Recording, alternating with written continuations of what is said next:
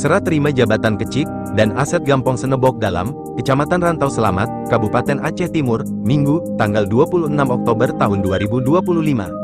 Penyerahan jabatan dan aset itu dilakukan oleh Kecik lama atas nama Dahnial kepada PJ Kecik Gampong yang baru atas nama Muhammad. Kegiatan tersebut dihadiri oleh para saksi, perangkat desa dan juga Babin Kamtipmas bersama Babinsa.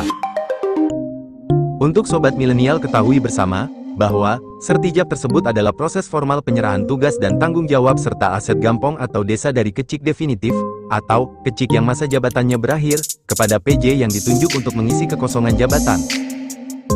Proses ini meliputi penandatanganan berita acara serah terima jabatan dan penyerahan dokumen-dokumen penting seperti aset, inventaris, stempel, dan laporan-laporan keuangan.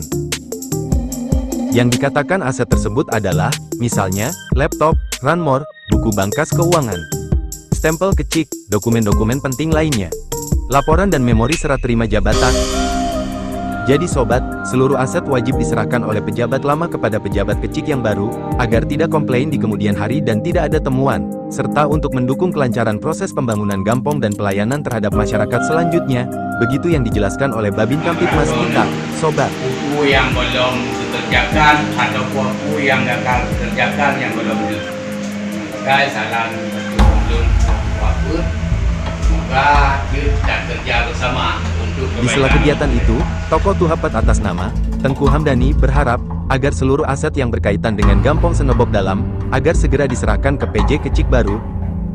Ianya juga berharap agar proyek pembangunan apapun di desa yang belum siap dikerjakan akan kita kerjakan bersama demi untuk kepentingan masyarakat dan kemakmuran Gampong, jelas Tengku Hamdani.